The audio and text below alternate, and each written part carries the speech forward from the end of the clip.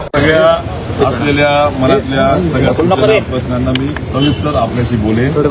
आता मला असं वाटतं की मोबाईल कोणी टाकलाय तो नाहीये, त्यामुळे मी विनंती करतो की आपल्याशी मी मोकळ्या संवाद साधेन.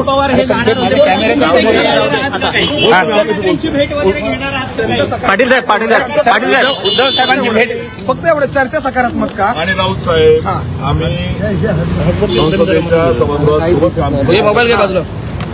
अरे मोबाईल बाजूला गेला का? कॅमेऱ्याच्या समोर घेतो का? सगळ्या सहकाऱ्यांची कायम चर्चा होतात. त्या म्हणजे काय दादागिरी करतात काय? त्यामुळे प्रत्येक गोष्टीच्या मागे आपण राजकारणाकडे बघू नका. राजकारणाच्या पलीकडे मैत्री जपली पाहिजे. आजकाल ती जपली जात नाही, ती जपण्याचा हा प्रयत्न आहे. सर नेमका इलेक्शनच्या तोंडावरच मैत्री का जपताय आपण? सर राऊत साहेबांसोबत काय मन की बात झाली तुमची? मन की नाही, मैत्री की बात आहे, दुसरं काही नाही.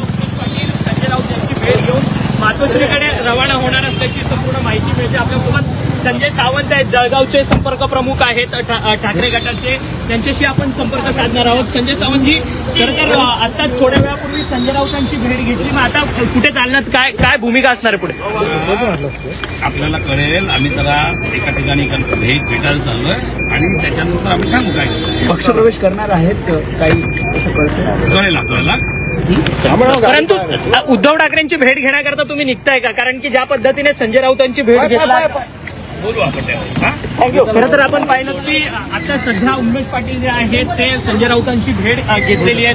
तब्बल जवळपास पाऊण तास